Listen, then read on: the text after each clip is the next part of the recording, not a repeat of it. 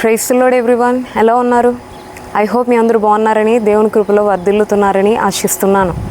ఈరోజు నా personal thing కొరకు మీతో ఒక విషయాన్ని అడగడం కొరకు మీ ముందుకు వచ్చాను.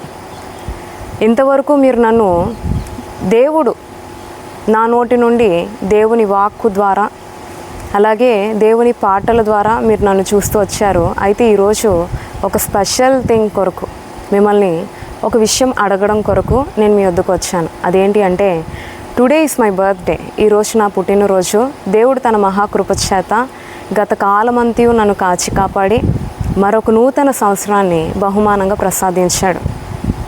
అయితే ఇదంతా మీతో ఎందుకు చెప్పుకుంటున్నాను అంటే, దేవుడు నన్ను ప్రేమించి మిమ్మల్ని అందరినీ ఆన్లైన్లో పరిచర్య చేసే అవకాశం ఇచ్చాడు.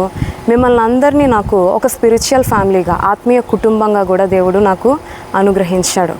సో నా ఆత్మీయ కుటుంబంతో ఎవరైతే నన్ను మీ కుటుంబంలో ఒక సభ్యునిగా, ఒక సభ్యురాలుగా, అంటే ఒక అక్కగా, ఒక చెల్లిగా ఎవరైతే నన్ను అంగీకరిస్తారో మీ అందరి కూడా నా కోసం ఈ నా పుట్టినరోజున నా కోసం ఒక చిన్న ప్రార్థన ప్రభుకి ప్రార్థిస్తారని ఆశపడుతున్నాను.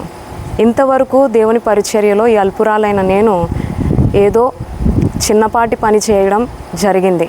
అయితే ఈ నూతన సంవత్సరం నుంచి ఇది మొదలుకొని నేను దేవుని కొరకు ఇంకా బలంగా, దేవుని చేతిలో బహుగా పనికొచ్చే పాత్రగా, దేవుడు ఏ క్షణమందు చూచినా నమ్మకమైన మంచి దాసురాలా అని ప్రభు మెచ్చుకునే విధంగా ఒక నమ్మకమైన సావుకురాలుగా నేను పని చేయాలని నా కోసం మీరు ప్రార్థిస్తారా?